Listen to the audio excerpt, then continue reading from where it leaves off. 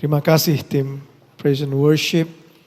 Tidak menyangka kami tidak pernah janjian, tapi semua lagu yang dinyanyikan dari awal, semua bicara soal tema firman Tuhan hari ini. Tentang terang itu sudah datang, tentang nama itu. Sudah tahu selama tahun 2024 ini itulah tema kita, bangkit jadi teranglah. Tema terang menjadi fokus selama tahun 2024. Dan izinkan saya hari ini untuk membawakan tema kembali tentang terang di dalam kegelapan.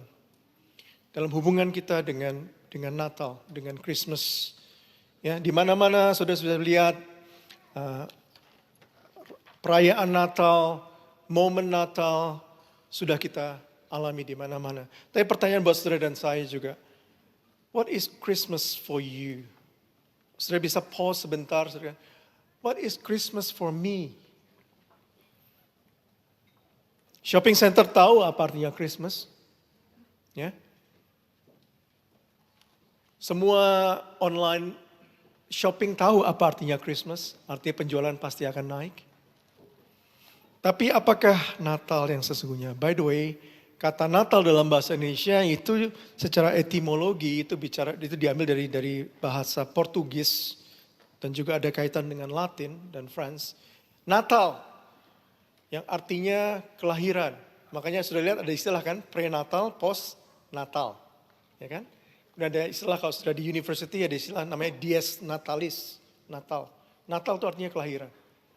Dalam bahasa Spanyol itu dulu kata Natal ini dipakai kata Nadal. Masih ingat kan nama Nadal itu kan? Petenis yang baru retired beberapa waktu yang lalu. Tapi kata Nadal itu bertahun-tahun kemudian berganti menjadi Navidad. Yaitu Natal. Makanya kita dengar ungkapan dalam bahasa Spanish, Felix Navidad. Happy or Merry Christmas. Tapi Natal sendiri artinya kelahiran dalam bahasa Indonesia. Tapi saya suka pakai bahasa Inggris. Karena bahasa Inggris ini punya arti yang sangat penting tentang Christmas. Yang orangnya harusnya tahu. Maka saya sedikit agak annoying. Kalau lihat email daripada teman-teman kerja saya waktu mereka mau selesai liburan. Dipakai kata Xmas. Christ-nya di cross gitu loh. Sudah pernah lihat itu di email? Xmas. Karena dia menyediakan the true meaning of Christmas. Karena Christmas itu makan dua gabungan dari dua kata penting, yaitu ada kata Christ, Kristus, dan Mass. Mass dalam bahasa Latinnya adalah misa. Dan saya sangat mengerti apa arti kata misa, karena selama 12 tahun saya dalam pendidikan Katolik. Dari TK, SD, SMP, sampai SMA saya sekolah Katolik. Dan kita berkali, dalam sebulan mungkin sekali ada namanya misa. Kita harus datang ke chapel dan kita misa. Misa adalah ibadah, misa adalah perayaan. Ya, misa adalah ibadah kita, worship kita kepada satu pribadi yang namanya Kristus Yesus Tuhan. Itulah Christmas. Pertanyaannya adalah apakah orang-orang sudah tahu dan mengenal apa Christmas sebenarnya?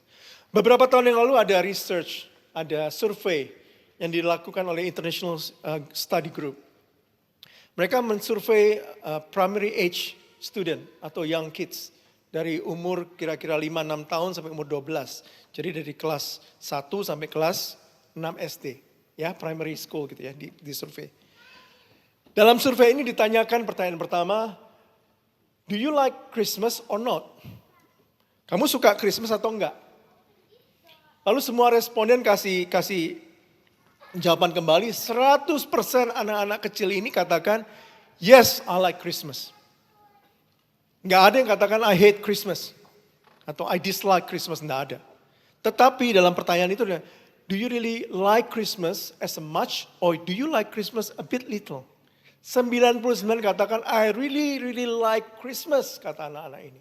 Hanya 1% yang katakan, okay, I like Christmas, a little bit. Tapi nggak ada yang hate. Pertanyaan kedua, untuk mereka yang menjawab I like Christmas, tanya gini. So what do you like about Christmas? What do you like about Christmas? Apa yang kamu suka tentang Christmas? Kemudian saudara, dari semua jawaban yang masuk, ada yang menjawab, sudah bisa terka, anak-anak kecil. Kira-kira apa? Saya I like Christmas because apa? I receive gift. Saya terima kado. Betul? I like Christmas because mom and dad, there is no control of me eating lollies and candies, all the sweets. Christmas is the breakthrough time. Benar? Anak-anak suka gitu. Kemudian apalagi Christmas is the time when I can see my granddad, grandmom, my cousin, ya. Semua saudara-saudara extended family kumpul sama-sama. Yang kita lihat tadi di Voice of Pentecost, that's a Christmas. Tapi jawaban yang paling besar, yang paling banyak respondennya itu sudah tahu apa? Anak-anak kecil ini. Dikatakan, I really like Christmas because I don't have to go to school. Holiday, yeah, no commitment, no school. Kita bisa ketawa dengan jawaban anak-anak ini, ya. Tapi kita lihat dalam diri kita, what is Christmas for you and I? Apakah Christmas juga seperti itu? It's a holiday season, it's a festive season. Saya tidak mau memperdebatkan kontroversi bahwa Christmas itu kelahiran Tuhan Yesus itu bukan tanggal 25 Desember atau tidak. Karena Christmas itu muncul pertama kali di abad keempat. Yang dideklarasi di Roma oleh Paus Julius pertama. Di zaman Kaisar Konstantin. Di mana kekristenan menjadi agama daripada semua jajahan Romawi. Dan diumumkan 25 Desember adalah hari kelahiran Kristus Yesus Tuhan. Karena mereka tadinya memakai tanggal 25 Desember sebagai pagan festival. Perayaan untuk menyembah dewa Saturnalia, dewa matahari. Karena tanggal 25 Desember dipandang oleh mereka sebagai hari namanya winter solstice. Atau hari di mana kegelapan itu lebih panjang daripada terang. Jadi tahu ya, hari di mana daylight saving itu mulai gitu loh. Daylight saving itu selesai. Di mana gelap lebih banyak karena winter. Saya tidak memperdebatkan itu. Ya. Tapi Natal dikaitkan dengan liburan. Natal dikaitkan hanya pada membeli kado-kado, shopping, bahkan membagi kado-kado, atau family gathering. Itu secondary. Yang seharusnya tidak menjadi fokus utama daripada hari Natal. Saudara bisa berkaca dalam hidup kita. Apakah hari Natal ini jadi kita menjadi sesuatu yang ritual, sesuatu yang biasa. Saudara sudah mendengar semua khotbah-khotbah Natal dari mulai kita mengadakan perayaan Natal di bulan November kemarin. Tentang kasih Allah. Yohanes 3 ayat 16, dia datang ke dunia ini karena dia mengasihi kita, kasih Allah dalam Natal. Kita mendengarkan joy to the world, the Savior come. Joy, kesukaan dalam Natal kita mendengar. Kita mendengar tentang damai sejahtera, the Prince of Peace comes. Tapi apakah sungguh-sungguh hati kita mau terbuka dan menerima, merenungkan, mengerti, dan kita memang terima kebenaran itu dalam kehidupan kita tentang Natal. Kalau tidak, Natal tahun ini akan sama seperti Natal tahun depan dan selanjutnya. Tanpa pengertian yang benar terhadap hari Natal. Dan celakanya,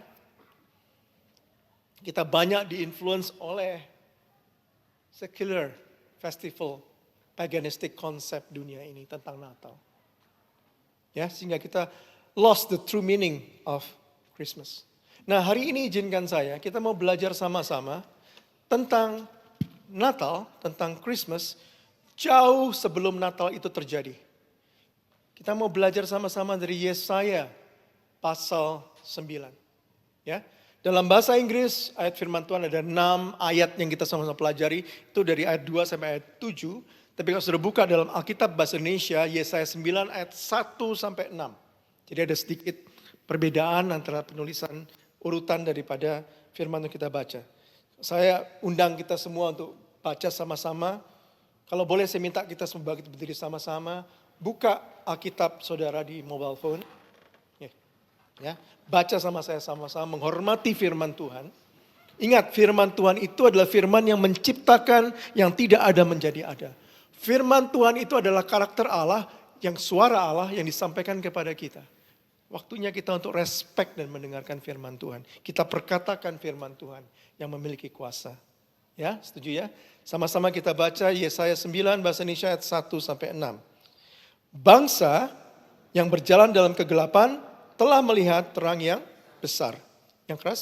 Mereka yang diam di negeri kekelaman, atasnya terang telah bersinar. Engkau telah menimbulkan banyak sorak-sorak dan sukacita yang besar.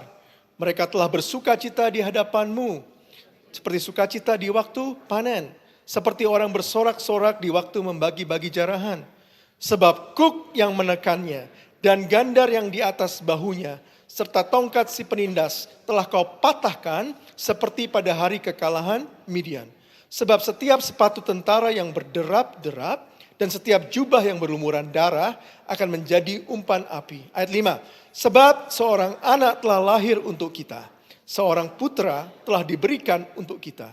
Lambang pemerintahan ada di atas bahunya, dan namanya disebutkan orang, Penasihat ajaib, Allah yang perkasa, Bapa yang kekal, Raja damai. Ayat 6. Besar kekuasaannya dan damai sejahteranya tidak akan berkesudahan. Tahta Daud dan di dalam kerajaannya, karena ia mendasarkan dan mengokohkannya dengan keadilan dan kebenaran dari sekarang sampai selama-lamanya. Kecemburuan Tuhan semesta alam akan melakukan hal ini. Amin. Silakan duduk Bapak Ibu Saudara. Dari semua 6 ayat yang kita baca tadi, saya coba buat satu structure yang menolong kita semua untuk mengerti isi daripada Yesaya 9:1-6 tadi, atau 2-7 dalam bahasa Inggris. Lalu apa kaitan dari firman Tuhan yang kita baca tadi terhadap Natal, terhadap Christmas? Ya. Yang pertama adalah kalau kita baca di ayat ke-1 sebagai introduction kita. Saya bahas ayat 1 bicara soal pengharapan. Terang di tengah-tengah kegelapan. Ya, ayat 1 saya akan jelaskan satu persatu ayat firman Tuhan. Bicara soal pengharapan, terang di tengah-tengah kegelapan. Yang kedua, kemenangan. Yaitu ayat 2-4 nanti kita akan pelajari tentang bicara soal kemenangan. Karena di ayat kedua berkali-kali firman Tuhan itu soal Nabi Yesaya ini bicara soal sukacita, bersukacita, joy, rejoice. Terhadap apa? Terhadap kemenangan atas peperangan yang sudah dimenangkan. Dan yang ketiga, yang kita nyanyikan tadi. Nama yang ajaib. Ya, nama di atas segala nama. Nama memiliki satu karakter. Nama memiliki attributes yang attached di dalam nama tersebut. Dan apa yang dilakukan oleh seseorang yang memiliki nama tersebut. Dan yang keempat, di ayat terakhir, di ayat ke-6. Tentang kemuliaan Tuhan yang Tuhan janjikan. Tentang kerajaan Allah yang akan datang. Yang ditulis dalam firman Tuhan ini. Yang pertama, Yesaya 9 ayat 1. Tadi sudah kita baca, saya ulang. Ini memberikan kepada kita satu pendahuluan, satu introduction. Masuk dalam apa yang ditulis oleh Yesaya. Karena sering kali sudah tahu, Yesaya 9 ayat 5 adalah yang paling terkenal, setuju? Sudah dengar berkali-kali, dinyanyikan berkali-kali. Seorang anak telah lahir, seorang putra diberikan.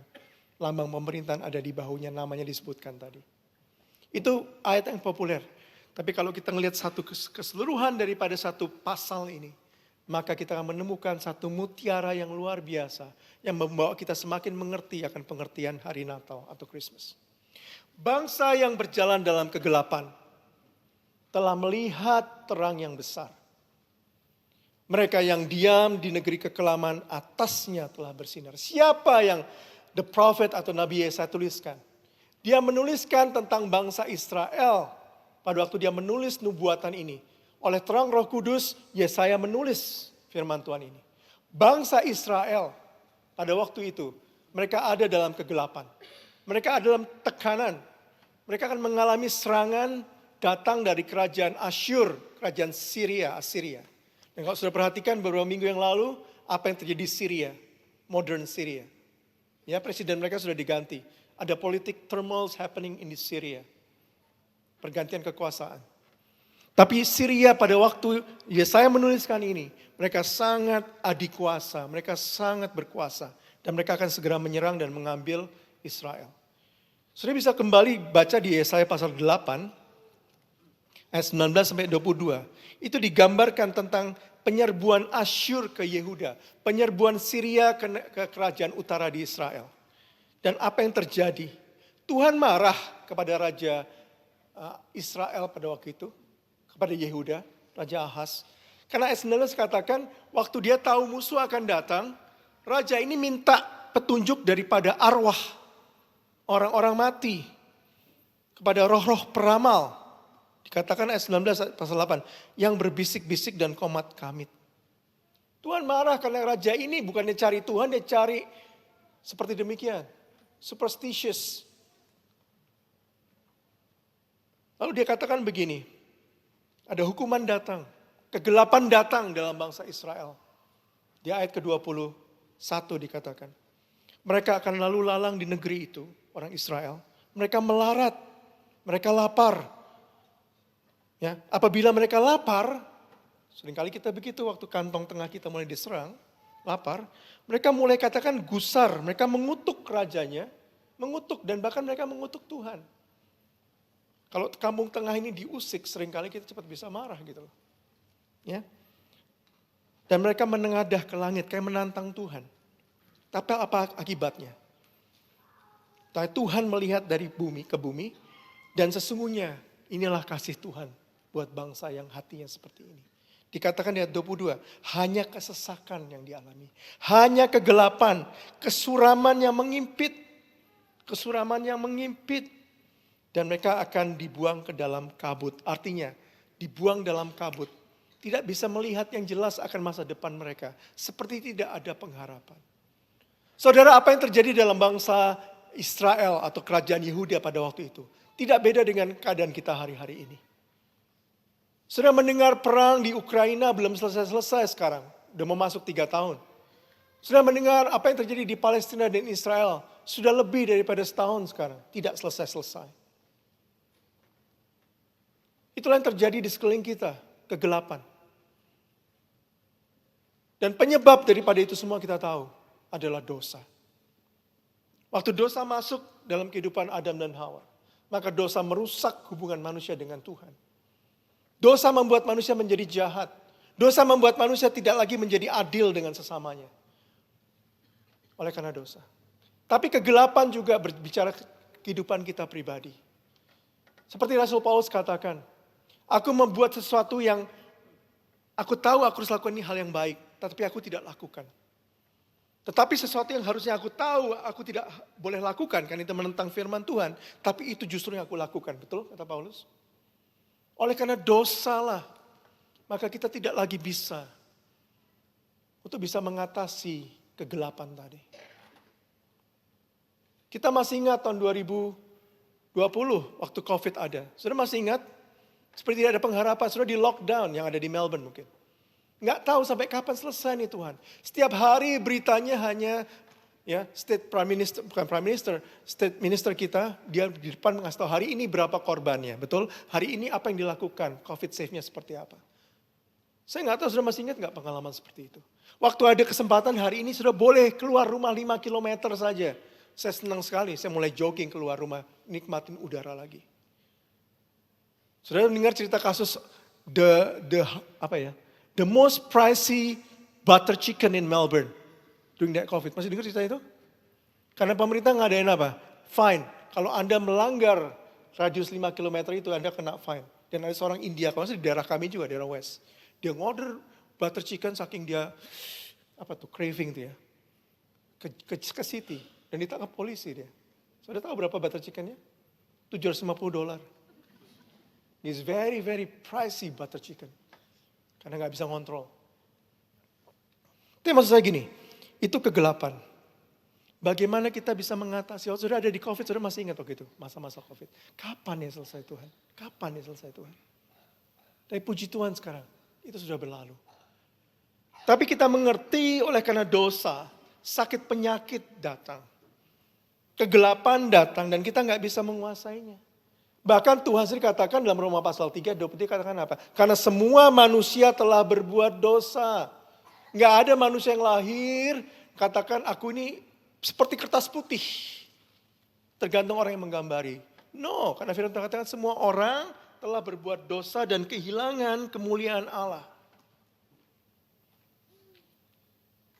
Adalah kasih karunia saudara dan saya hari ini hidup. Karena banyak embrio, banyak janin yang meninggal, bahkan dimatikan. Kalau saudara hidup seperti saya hari ini, you are a living being. You are the human being. And you are internal being. Tapi bersyukur lagi karena sudah dipanggil Tuhan, sudah mengenal siapa Tuhan itu. Karena ada banyak orang di luar yang tidak mengenal panggilan dia sebagai anak di dalam Tuhan. Ada solusi, ada jalan, dan ada hope seperti terang di tengah kegelapan. Dan pengharapan tadi itu bukan dari kekuatan manusia, bukan dari kemampuan kita. The light does not come from us, sadari itu. It's not something that we create. Kemampuan kita untuk menerangi sekeliling kita. Tapi God give us this light. Ayat 24 Roma 3 katakan, oleh kasih karunia kamu telah dibenarkan dengan cuma-cuma karena penebusan dalam Kristus Yesus. Itu poin pertama di ayat 1 tadi. Kenapa Yesaya menulis introduction, bangsa yang berjalan dalam kegelapan melihat terang yang besar. Mereka yang diam dalam negeri kekelaman, tidak ada tujuan, tidak ada pengharapan. Mereka atasnya terang bersinar. Ayat kedua, victory, kemenangan. Saudara, tidak ada kemenangan tanpa ada pergumulan, ada peperangan. Setuju? Hasil dari peperangan hanya dua, menang atau kalah, titik. Atau bisa berdamai. Tapi dalam the usual thing about the victory comes from battle. Ayat 3 katakan engkau, Yesaya katakan engkau pribadi Tuhan, Allah. Engkau telah menimbulkan banyak sorak-sorai. Dari mana Yesaya bisa tulis engkau menimbulkan sorak-sorak pada waktu itu? Mereka hidup dalam kekelaman kok. Asyur akan datang, menawan mereka, menghancurkan mereka, menawan mereka. Tapi dikatakan Tuhan engkau telah menimbulkan banyak sorak-sorak dan sukacita yang besar. Mereka, kami telah bersukacita di hadapanmu seperti sukacita di waktu panen. Sukacita di waktu panen. Mungkin nggak terlalu relevan buat kita yang tidak tinggal dalam di industri seperti pertanian atau perkebunan, panen. Tapi paling nggak pasti ibu-ibu sukacita toh pada waktu suaminya tanggal 10 dapat gajian. Kira-kira panen seperti itu. Waktu ada, bank account-ku udah, cash flow-ku udah mulai agak, dapat lagi di top up gaji. Sukacita. Itu gambaran toh, bukan sukacita seperti itu. Ada sukacita yang lebih besar. Seperti orang bersorak-sorai di waktu membagi-bagikan jarahan. Tapi apa maksud seperti ini? Dikatakan engkau telah menimbulkan sukacita. Lalu ayat 4 katakan, sukacita itu terjadi sebagai hasil karena kuk yang menekan. Atau gandar, dipakai kata gandar. Yang di atas bahunya, serta tongkat penindas. Itu tiga alat itu. Kuk yang menekan, gandar ditaruh di atas bahu seperti berat gitu ya, beban. Serta tongkat penindas sudah dipatahkan. Kata kau patahkan. Ya, kata orang kedua lagi Tuhan. Seperti pada hari kekalahan Midian. Saya tertarik dengan ayat ini waktu ada dikatakan oleh Yesaya. Seperti pada hari kekalahan Midian. Karena mengingatkan saya pada kisah peperangan bangsa Israel yang dipimpin oleh Gideon terhadap orang Midian. Dalam Hakim-Hakim pasal 6, 7, dan 8. Saya percaya Yesaya walaupun menulis ini, dia tahu sejarah, dia tahu story tentang bagaimana bangsa Israel mengalahkan orang Midian. Saudara ingat waktu cerita di Hakim-Hakim pasal 6, 7, dan 8? Orang Midian itu datang menyerbu bangsa Israel, berapa jumlahnya ditulis dalam Hakim-Hakim pasal, kalau nggak 8, 9. Ya. Jumlahnya 135.000. 135.000 tentara Midian masuk ke Israel. Lalu saudara ingat berapa yang orang-orang mengatakan aku siap untuk membela Israel, aku siap untuk melawan Midian. Berapa? Berapa jumlahnya? 32.000 orang. 32.000 orang Israel siap untuk melawan, bilang aku siap, panggil aku jadi tentara Israel. Aku siap untuk membela bangsaku melawan Midian. 32.000 orang melawan berapa orang ini? 135.000. Berapa rasionya saudara? Kira-kira? 1:4. Tadi kebaktian 1 ada 1:4,2. That's good, matematiknya bagus. Tapi gak mungkin kita lawan 4,2 orang. No? Dia bulatkan aja lah kira-kira 4 atau 5. Satu orang ngalamin 4 orang. Masih mungkin perang? Masih mungkin. Tapi Tuhan bilang, kalau siapa yang masih takut, masih gentar, masih hatinya setengah-tengah untuk berperang, pulang. Berapa yang pulang? Dari 32.000? 22.000. Makanya baca hakim. Jadi tinggal berapa? 10.000. 32.000 kurang tinggal 10.000. 10.000 orang Israel berperang melawan 135. Satu orang melawan berapa tentara? 14.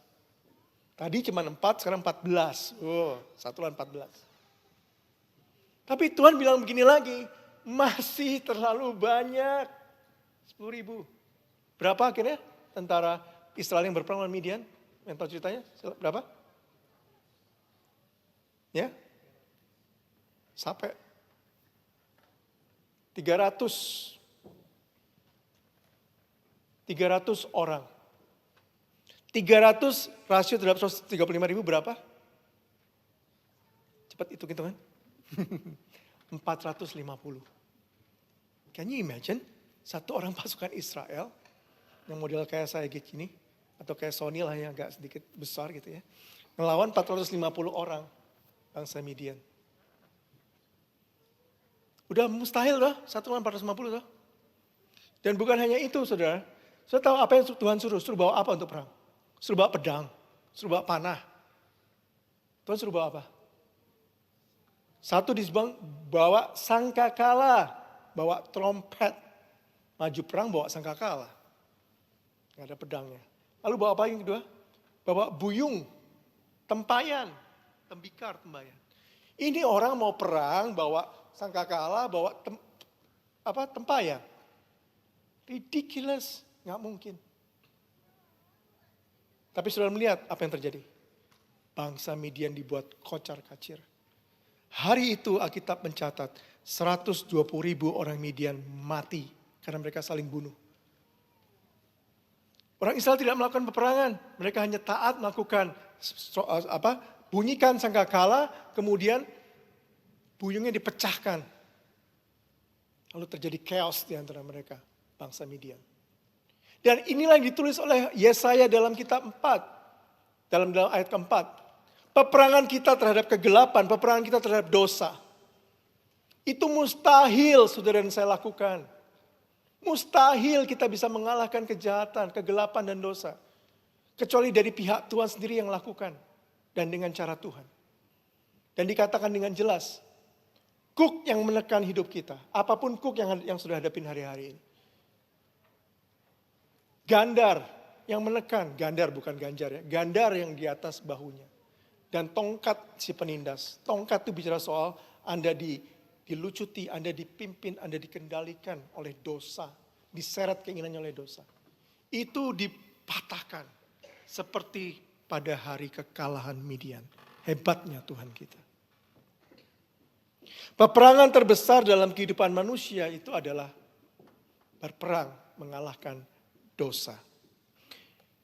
Adam dan Hawa jatuh membawa dosa masuk dalam kehidupan kita. Dosa membuat kita berontak sama Tuhan. Dosa membuat kita melawan Tuhan. Dosa membuat kita susah untuk taat akan suara Tuhan, akan firman Tuhan. Tapi ayat 3 sampai ayat 5 ini menuliskan bahwa the battle is over. Dari mana kita tahu? Ayat 5 katakan. Sebab setiap sepatu tentara yang berderap-derap dan setiap jubah yang berlumuran darah. Sepatu yang sudah dipakai oleh tentara untuk yang biasanya berperang. Dan setiap jubah yang berlumuran darah karena waktu mereka berperang. Itu akan menjadi umpan api. Our battles again is not against flesh and blood. Our sweat, keringat kita menghadapi kehidupan ini. Keadaan ekonomi bekerja keras. Supaya kita tidak jatuh miskin, supaya kita bisa hidup layak. Saudara mesti ingat, berkat Tuhanlah yang menjadikan kaya. Susah payah tidak menambah. Bukan berarti sudah menjadi malas. Tapi ingat, ini bicara lebih daripada sekedar berkat materi. Ini bicara soal kemenangan terhadap dosa. Terhadap akar daripada segala peperangan hidup kita itu adalah dosa. Dan ini yang menjadi alasan kita di ayat 3. Sukacita. Inilah yang menjadi satu alasan waktu malaikat Tuhan datang kepada gembala. Ya. Dikatakan dalam Lukas 2 ayat 10 sampai 11. Kata malaikat kepada para gembala yang berjaga di malam hari. Jangan takut. Sebab sesungguhnya aku memberitakan kepadamu kesukaan besar. The great joy. Kesukaan besar. A good news and a great joy untuk semua orang. Apa itu kesukaan besar? Karena hari ini telah lahir bagimu apa? Siapa? Juru selamat. Ya, Kristus Yesus Tuhan di kota Daud. Saudara, alasan kita memiliki sukacita Natal. Bukan karena holiday seharusnya. Bukan karena kita mendapatkan hadiah. It's okay, that's good, that's fine. Saya pun senang waktu hari Jumat kemarin. Kantor kita selesai jam 12. Karena dibilang ada Christmas party jam 12. Teman-teman udah mulai meninggalkan kantor, saya masih kerja. 2 orang teman saya dekat saya, hey, you not coming with us to the Christmas party? No, I'm still tired. Saya masih capek dan you know that today outside is 38 degree, aku bilang begitu. 38 degree hari Jumat kemarin. Karena mereka buat Christmas party itu kayak di shed gitu loh. Ya tetap ada shed tapi kan ya panas lah 38. No, sorry, I'm not going. And then 2 of them say to me like, Merry Christmas, Happy New Year. Dalam hatiku, ya aku juga jawab Merry Christmas. But do we really know what is the meaning of Merry Christmas? It's not just about like a traditional festive season gitu loh. Ya, jadi alasan kita memiliki sukacita Natal itu adalah penggenapan janji Tuhan tadi. Seperti yang malaikat sampaikan kepada para gembala ini. Sukacita, jangan takut, kesukaan besar. Bukan kecil, kesukaan besar. Sukacita kita besar, kita rejoice. Karena kita tahu juru selamat sudah datang. Apa yang dinubuatkan tentang pengharapan itu. Tentang solusi hidup kita tentang kegelapan. Tentang dosa. Itu sudah diselesaikan oleh Tuhan. So joy to the world. The Savior, the Lord is come. Pesan yang sama disampaikan oleh Yesaya tadi. 700 tahun kemudian disampaikan oleh malaikat Tuhan kepada gembala. Kesukaan yang besar. Kenapa? Apa alasannya? Because the Savior has been born to you.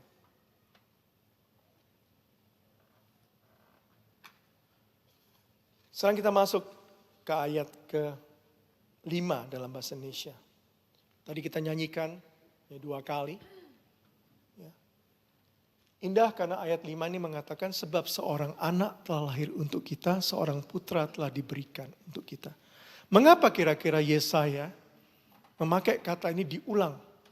Sebab seorang anak, for unto us a child is born.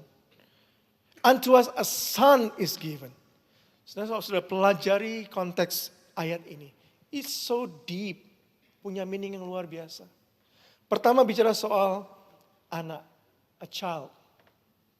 Saudara, seperti tidak pernah ada dan tidak akan ada lagi, bahwa ada orang yang mengumumkan pasangan suami, istri mengatakan, saya akan memiliki anak lahir pada hari itu, pada jam itu, namanya ini, panjangnya sekian, beratnya sekian. Tidak ada tuh ya. Tapi Yesaya oleh karena wahyu Roh Kudus sudah menuliskan apa yang terjadi 700 tahun ke depan. Bahwa seorang anak telah lahir untuk kita. Ini kebenaran yang luar biasa. Waktu Tuhan Allah menciptakan manusia pertama Adam tidak lahir dari siapapun. Adam muncul sebagai satu ciptaan sudah dewasa, setuju? Tapi Yesus Kristus Tuhan, seperti yang dikatakan oleh Paulus dalam Filipi 2:6-8 katakan, Dia, Yesus telah mengosongkan dirinya sendiri dan mengambil rupa seorang hamba. Dan merendahkan dan menjadi sama dengan manusia. Dan dalam keadaan sebagai manusia, ia telah merendahkan dirinya. Saudara, Yesus yang adalah Allah. He is the powerful God. He is the self-sufficient God. Dia tidak membutuhkan yang lain, dia self-sufficient. Dia adalah yang menciptakan dari yang tidak ada menjadi ada. Yesus Allah yang powerful, yang tidak membutuhkan siapapun juga. Yang Alkitab katakan dalam Yesaya pasal 66 ayat 1 sampai ayat 6, Yesaya 66 ayat 1. Langit itu adalah tahtaku dan bumi adalah tumpuan kakiku. Langit, alam semesta, jagat raya itu tahtanya Tuhan. Kursinya Tuhan. Walaupun ini literal ya. Tapi itu menggambarkan Allah kita yang luar biasa besar. Dan bumi ini hanya tumpuan kakiku. Bumi yang kita tinggalin, yang kita hidupi. Tapi dia mau tinggal dalam rahim seorang wanita namanya Maria selama 9 bulan. Ibu-ibu yang pernah hamil merasakan. Hamil 9 bulan. Dan masa itu teknologi tidak secanggih seperti sekarang, betul? Resiko seorang wanita melahirkan sangat besar. Karena wanita ini bisa meninggal dunia, anaknya pun bisa meninggal dunia. Setuju? Tapi Allah kita yang tadi besar, dia mau masuk ke dalam rahim. By the way, biologically, dia memang anak daripada Maria. Tapi dia bukan biological son from Joseph. Karena Alkitab mengatakan, dia dikandung oleh Roh Kudus. Keilahian anak ini ada. Karena anak ini dikandung oleh Roh Kudus memakai rahim Maria. Ini semua menunjukkan kerendahan hati Tuhan Yesus untuk mau dijadikan sama dengan manusia. Kalau sudah lihat Perjanjian Lama, semua binatang yang harus dipersembahkan kepada Tuhan itu harus yang blameless, yang gak cacat. Betul, domba, kambing, yang bagus, yang kudus, yang benar, supaya diterima sama Tuhan. Apalagi yang sifatnya menebus seluruh dosa umat manusia. Harus manusia yang bisa hidup kudus. Tapi juga manusia yang berkenan sama Allah. Dan tidak salah kitab Ibrani pasal 4 mengatakan demikian. Ibrani 4 katakan tentang Tuhan Yesus. Dalam kemanusiaan Tuhan Yesus. Ibrani 4 ayat 15 katakan gini. Sebab 4:15 ya Ibrani. Sebab imam besar yang kita punya. Imam besar yang kita punya. Bukanlah imam besar yang tidak dapat turut merasakan kelemahan-kelemahan kita.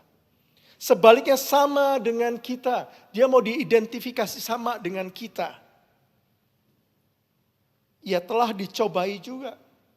Hanya tidak berbuat dosa. Itulah Yesus Tuhan. Itulah seorang anak telah lahir untuk kita. Bicara soal kemanusiaan Tuhan Yesus. Tetapi juga kita lihat di situ. Seorang putra telah diberikan. Kata the son has been given. Ini bicara soal keilahian Tuhan Yesus Kristus. Banyak penganut agama lain atau sekte lain dalam kekristenan yang struggle dengan pengertian ini. Karena mereka hanya mengatakan Yesus itu hanya orang kudus.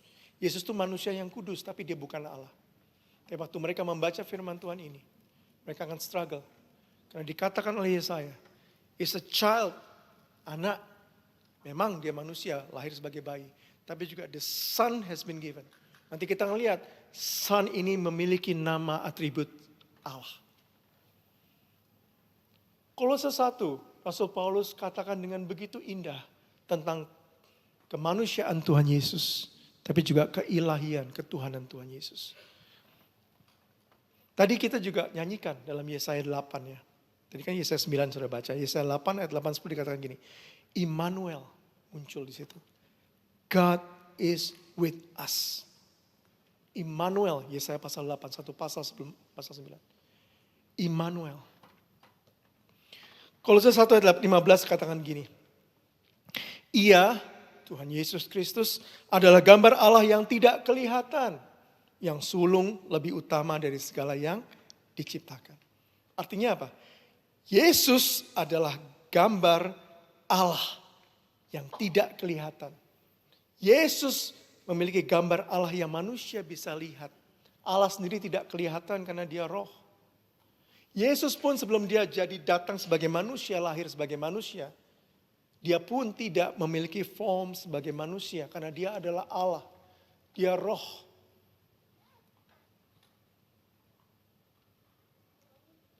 Saudara mau melihat kita melihat siapa Allah kita yang tidak kelihatan. Paulus katakan, kau lihat dalam kehidupan gambar Allah itu, yaitu Tuhan Yesus. Kolose 1 ayat 19 katakan, seluruh kepenuhan Allah berkenan diam dalam Dia. Atribut Allah itu berkenan diam dalam kehidupan Tuhan Yesus, dalam diri Tuhan Yesus. Lalu Kolose 2 ayat 19, ini yang paling tajam. Paulus katakan gini, sebab dalam Dia berdiam secara jasmania seluruh kepenuhan Allah. Yesus adalah Allah menjadi manusia, yang manusia bisa melihat bahwa Dialah Allah yang kelihatan. Dia memiliki atribut manusia seperti kita, tapi juga jangan lupa, Dia juga memiliki atribut keilahian. Ada satu statement yang indah dikatakan demikian. The powerful and the self-sufficient God given himself to be born as a human child, as a normal baby like you and I, in the weakness, helpless, and fully dependent. Allah yang berkuasa itu memberikan dirinya untuk lahir sebagai manusia, sebagai seorang bayi di dalam kelemahan, helpless, perlu orang tuanya Joseph dan Mary yang take care dia sebagai manusia. Dan dependent. Karena Yesus mau diidentifikasi sebagai sama seperti kita dalam kelemahan sebagai seorang manusia.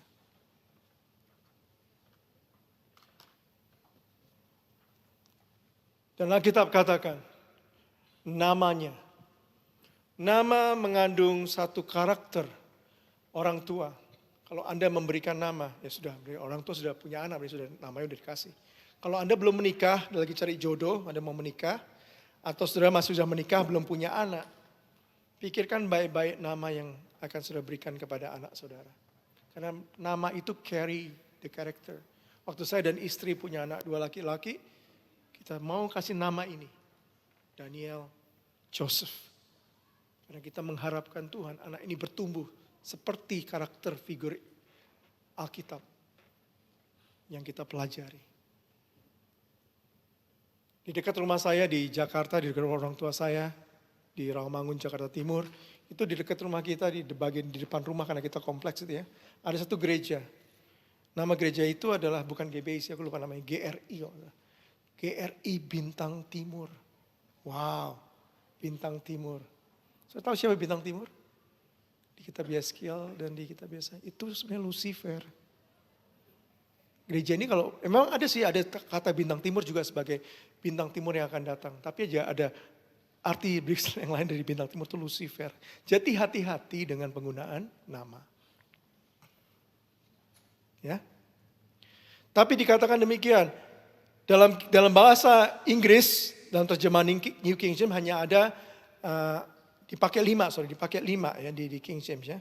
Karena dipakai kata wonderful, Counselor, kemudian the mighty God, and then everlasting Father, Prince of Peace. Tapi beberapa terjemahan yang lain seperti ESV, dia gabungkan Wonderful Counselor, ya, digabungkan penasihat ajaib. Bahasa Indonesia juga digabungkan kan penasihat ajaib. Tapi New King James dipisahkan Wonderful, Counselor. Saya tidak mempertentangkan itu.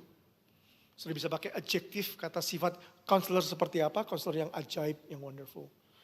God yang seperti apa? Mighty God, ya kan? Father yang seperti apa? Everlasting. Princess atau king yang seperti apa? Yang dikatakan peace, yang membawa damai. Ajaib bicara soal kata asli dari wonderful itu sebenarnya wonder. Jadi boleh aja kita ngomong nama anak yang akan lahir ini dikatakan the wonder boy. It's a wonder. Karena kelahirannya ajaib, ya. Kita sudah pelajari sama-sama. Tapi juga semua perbuatannya ajaib pada waktu dia ada dalam dunia ini. Dia menyembuhkan yang sakit. Ya. Dia mencelikkan mata orang yang buta. Telinga yang tuli. Dia membangkitkan yang mati. Semua act-nya, perbuatannya adalah ajaib. Karena dia adalah Allah. Kemudian dikatakan counselor. Dia bukan hanya penasihat counselor yang biasa. Saudara tadi di Yesaya pasal 8 tadi, Tuhan marah sama Raja Ahaz, ya introduction tadi, karena Ahaz mencari nasihat daripada arwah peramal, orang-orang mati. Tuhan bilang, kamu itu nation yang aku sudah ciptakan, kenapa engkau tidak mencari aku, mencari kehendakku, bicara sama nabi-nabiku, tapi engkau mencari kepada arwah-arwah peramal. Tuhan marah. Nasihat. Sudah tahu Adam dan Hawa waktu mereka jatuh dalam dosa, karena mereka mendengarkan nasihat yang salah. Mereka datang pada iblis, ular tadi memberikan nasihat yang salah. Kalau engkau mau menjadi sama seperti Tuhan, makan ini buah. Pengetahuan yang baik dan benar. Dalam hidup kita, seperti yang kita dengar minggu lalu, your decision will sometimes make you a division, perpisahan. Tapi decision kita pakai dalam kehidupan kita sehari-hari. Entah itu dalam decision yang sifatnya impactnya kecil, soal makan minum, ataupun decision yang besar, membeli mobil, membeli rumah, ataupun mencari pasangan hidup. Tapi decision yang paling ultimate, paling penting adalah decision kita. Apakah kita mau menerima Yesus sebagai Tuhan dan Juru Selamat, atau Yesus hanya sebagai manusia biasa? Counselor. Saudara, hari-hari ini kekurangan hikmat, Alkitab katakan, datang kepadaku Yakobus, minta hikmat. Aku akan memberikan kepadamu hikmat. Hikmat diperoleh dari mana? Counseling diperoleh dari mana? Dari firman Tuhan. Dari mana? Waktu sudah berdoa sama Tuhan. Yang pentingnya kita punya hubungan sama Tuhan, berdoa. Nama berikutnya, Allah yang perkasa. Saudara, saya nggak pernah bisa bayangkan ya, ada seorang pasangan suami istri punya anak, lalu anaknya dibilang, saya kasih nama saya, anak saya, Wonderful Counselor. Kurang panjang. Saya pakai lagi El Gibor, Wonderful Counselor El Gibor atau The Mighty God. Tambah lagi The Everlasting Father, tambah lagi Shalom. Jadi nama anak ini Wonder Counselor El Gibor, Everlasting Father, Shalom. Tapi inilah nama yang diberikan, karakter yang diberikan kepada bayi yang lahir di Bethlehem 2000 tahun yang lalu. Yang kita tahu tadi, is not just a normal baby. Allah yang perkasa, the mighty God, bicara soal ketuhanan Tuhan Yesus. Saudara, nama Yesus itu nama yang biasa sebenarnya. Saya pernah mengalami pengalaman tahun 2016-2017, oleh perusahaan saya dikirim ke South America, ke Peru dan ke Chile, Santiago sama Lima ibu kotanya. Saya ingat di hari pertama atau hari kedua, mulai ada orang di sini bilang, Yesus ini makan siang, Yesus kerjain email itu. Telinga saya orang bilang keri gitu loh ya. Karena selalu saya nama Yesus nama yang sacred gitu, nama mulia. Tapi buat mereka Yesus jadi Jose juga. Itu udah biasa, apalagi di zaman itu banyak nama Yesus saudara. Saudara harus tahu itu. Tapi yang membedakan Yesus ini dengan Yesus yang lain adalah Yesus ini punya atribut keilahian. The mighty God, El Gibor, yang membuat dia berbeda dengan Yesus yang lain yang pernah lahir. Bapak yang kekal. Saudara dikatakan bapak. Apa atribut dari seorang bapak? Saya seorang bapak. Bahwa kita care sama keluarga kita, sama istri anak-anak kita. Kita melindungi keluarga kita. Kita melihara keluarga kita. Dan dia katakan, anak yang lahir itu akan menjadi your everlasting father. Saudara mungkin udah kehilangan bapak saudara. Saudara menjadi orang yang yatim mungkin. Saudara mengalami kehidupan yang tidak memiliki role model seorang bapak dalam kehidupan saudara. Bapak seperti apa itu? Berapa hari yang lalu saya sempat lihat satu di news, anak dari satu pemain basketball terkenal. Ya, teman baiknya Michael Jordan, saya nggak mau sebut, ada R ya. Diwawancara anaknya, ternyata pemain sepak bola di Amerika. Diwawancara anak wanitanya pemain sepak bola, dan dia katakan, I have to say, years and years I try to protect the dignity of my dad. But actually, I don't really respect him. Karena dia nggak pernah care sama saya. Karena bapak dia sudah menikah 3 kali. Dan dia sebagai anak buangan. Tapi percayalah saudara, itu di dunia. Tapi Allah mengatakan, my name is everlasting father. Dia bapak saudara yang kekal selama-lamanya. Dan dia katakan, namanya adalah the Prince of Peace atau Shalom. Saudara, akibat daripada dosa, kegelapan, saudara bisa kehilangan hubungan yang retak antara suami istri, antara orang tua dengan anak, antara kakak dengan adik. Perlu pengampunan, perlu mengampuni seperti Tuhan sudah mengampuni. The Prince of Peace bicara soal dia merekonsiliasi hubungan kita dengan Allah Bapa oleh karena dosa tadi. Ya. Saya jadi ingat ya pujian yang diciptakan oleh gembala pembina kita Pak Niko. Sudahkah kau miliki damai di hatimu? Sudahkah kau miliki sukacita di hidupmu? Hanya Yesus yang sanggup memberikan semua itu. Tapi apa? Jadikanlah dia raja di hidupmu. Sudah jadikan dia raja dalam hidupmu. Sudah memiliki damai sejahtera yang penuh, sukacita yang penuh dalam Tuhan. Itu yang dijanjikan. Namanya the Prince of Peace, Raja Damai. Keempat, the glory. The glory bicara soal besar kekuasaannya dan damai sejahtera tidak berkesudahan. Saudara, apa yang saudara butuhkan hari-hari ini dalam dunia? Damai sejahtera yang tidak pernah putus. Damai sejahteraku seperti sungai yang tidak pernah kering. Yang saudara mau inginkan kan? Damai sejahtera. Tapi realitanya tidak, karena kita hidup dalam dunia yang penuh dengan dosa. Bahkan ketidakadilan terjadi di mana-mana. Ya. Tapi dijanjikan oleh Tuhan dalam kerajaannya dia. Dalam kerajaan dia. Dia akan mengokohkan dalam keadilan dan kebenaran dari sekarang.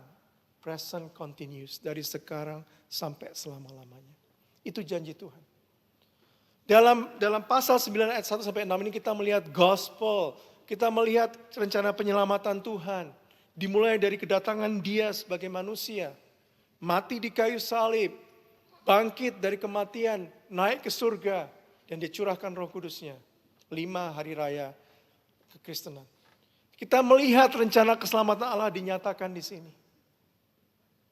Tapi dikatakan, itu adalah present continuous. Sesuatu yang akan terus berjalan sampai kedatangan dia kedua kali.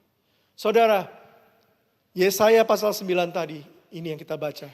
Itu dinubuatkan baru terjadi 100 tahun setelah ditulis oleh Yesaya. 100 tahun kemudian bangsa Babilonia masuk dan menghancurkan bangsa Israel. Bangsa Israel ditawan, dibuang ke Babilonia. Lalu 600 tahun sesudah itu, barulah Juru Selamat Tuhan Yesus lahir di Bethlehem. Kalau nubuatan prophesy tentang kedatangan Yesus sebagai anak dan putra digenapi tahun 0, 2000 tahun yang lalu. Kita menantikan kedatangan dia yang kedua kali. Karena Alkitab juga menubuatkan kedatangan dia kedua kali sebagai raja, segala raja. Bukan lagi sebagai seorang bayi. Tapi dia datang dengan kuasanya sebagai raja, segala raja dan Tuhan, segala Tuhan. Dan kita menantikan kedatangan kedua kali. Dan dikatakan dalam bahasa Indonesia, kecemburuan Tuhan semesta alam akan melakukan hal ini. Saya struggle untuk mengerti apa maksud Tuhan. Kecemburuan Tuhan melakukan hal ini. Bahasa Inggris katakan, the zeal of the Lord of hosts will perform all of this. Kerajaan yang kekal, kerajaan yang damai sejahtera dan kebenaran akan didirikan. Sampai saya belajar dari terjemahan yang lain, dan saya mengerti apa yang dimaksud dengan kecemburuan Tuhan dalam bahasa Indonesia. Dikatakan, this is going to happen. The future glory for all of us. That we receive him as the Savior and Lord. This is going to happen. Why? Because the Lord of heaven armies, the Lord of hosts, dedicated himself to do it. Allah sendiri punya seal, Allah sendiri berdedikasi, ini pasti terjadi, kata Tuhan. Lalu di New Living Translation katakan, the passionate, the commitment of the Lord will make this happen. Bukan saudara harus bersyukur bahwa Allah yang berfirman tadi, yang mengatakan akan ada kerajaan yang sudah dimulai dibangun, kerajaan yang kekal, yang penuh dengan damai sejahtera, yang kebenaran keadilan ditegakkan, pemerintahan yang Tuhan akan diperintah oleh Tuhan, itu pasti akan terjadi. Itu pasti akan terjadi dan akan digenapi. Tuhan sendiri yang berkomitmen. Saya tutup dengan aplikasi. Ada 4 aplikasi sudah bawa pulang. Pertama, Hanya pada waktu kita menghadapi kegelapan, masalah dalam kehidupan mungkin, ya, kesakitan, penyakit, kekurangan, seringkali kita baru bisa mengapresiasi apa yang dilakukan oleh terang itu dalam kehidupan kita. Bagaimana keputusan kita itu penting. Dan hidup kita harus bergantung sama terang itu, yaitu Tuhan. Kita seringkali gampang sekali tidak mengapresiasi tentang Christmas, tentang terang itu yang datang. Bahkan seluruh 12 bulan yang kita pelajari tahun ini tentang terang.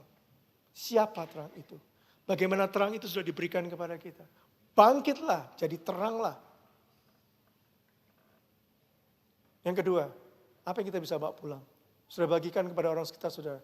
The child that was born of Christmas Day, at Christmas Day was God. Dia bukan manusia spesial. In special in term that he is a God as well. Dia juga Tuhan. Tuhan Yesus yang kita rayakan di Natal adalah Tuhan. Pertanyaan saya buat kita semua. Do you believe that Jesus Christ is God? Bahwa dia datang dalam rupa manusia dan mati di kayu salib untuk dosa kita dan dibangkitkan supaya kita menerima pengampunan dan kehidupan kekal. Pertanyaan kedua, saya jawab, ya saya percaya Yesus Kristus adalah Tuhan. Pertanyaan kedua saya, do you obey? Do you want to submit your life kepada the lordship of Tuhan Yesus, the Christ lordship? Maukah saudara mau submit taat kepada dia sebagai Tuhan, bukan hanya sebagai, terlalu banyak orang berkata, I believe in God. I believe in God. Yes, I believe in God. What kind of God that you believe? You can be your God by your own self. Tapi hari Natal mengatakan bahwa Allah sudah menjadi manusia dalam Kristus Yesus Tuhan. Yang ketiga, karya penebusan Tuhan belum selesai. Tadi saya bilang, belum selesai sampai kedatangan dia yang kedua kali. Sudah dimulai 2000 tahun yang lalu, karya keselamatan tadi, bahwa anak sudah lahir dalam dunia ini, dia sudah mati di kayu salib kembali dan dia sudah bangkit. Karya keselamatan, karya penebusan, karya Tuhan membawa kita semua dari kegelapan kepada terang. Sudah dilakukan dan terus dilakukan, tapi itu belum sampai finalize, sampai pada kedatangan dia kedua kali. Karena itu nomor 4. In the meantime, waktu saudara dan saya masih hidup, masih diberikan kehidupan, masih diberikan nafas kehidupan. Mari bersaksi tentang terang itu. Hidup dalam terang itu. Kiranya orang melihat kebaikanmu, terangmu yang menyala dan mereka memuliakan Bapakmu yang di surga. Kiranya hidup kita menjadi saksi kepada mereka masih tinggal dalam kegelapan. Dalam kegelapan mereka tidak tahu kemana mereka berjalan. Di depan mereka ada jurang. Jurang bicara soal kematian kekal, terputus hubungan selama-lamanya dengan Tuhan. Itulah Natal, saudara. Itulah Natal buat kita semua. I try to bring you back again to the true meaning of Christmas. Seperti lagu katakan, go tell it on the mountain, over the hills and everywhere. Tell what? That Jesus Christ is. That Jesus Christ is. That Jesus Christ is Lord. Bahwa dia adalah hari Tuhan. So selamat hari Natal. Christ Mass. Terus mengerti bahwa Jesus is the only reason for this season. Jesus is the only reason. Kemenangan sudah Tuhan berikan. Amin.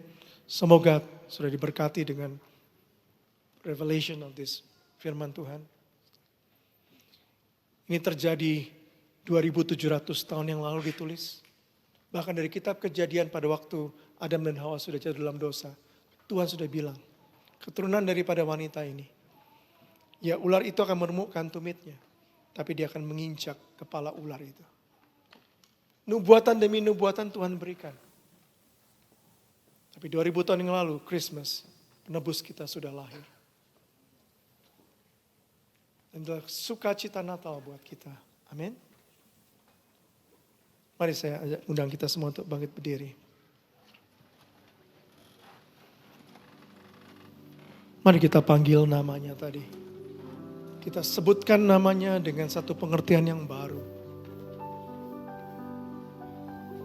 Tuhan, kami menghargai apa yang Engkau sudah lakukan dalam kehidupan kami. Kami bersyukur kami bisa diingatkan kembali tentang the true meaning of Christmas. It's not just about I'm dreaming of the white Christmas. It's not just about jingle bells, jollies, and that's not right. Even Christmas is not about Santa Claus is coming to town. No. Brothers and sisters, Christmas is worship to the King of Kings and Lord of Lords. Bahwa 2000 tahun yang lalu dia sudah datang sebagai manusia dan menyelamatkan kita. Hidup sudah diselamatkan dari kematian kekal, dari the hopelessness, dari the darkness. Itu yang Tuhan sudah lakukan dalam kehidupan kita. Dia baik, amin. Dia mengasihi kita. Dan biarlah hari Natal ini kita kembali mengerti dan mengenang Dia, Juru Selamat kita.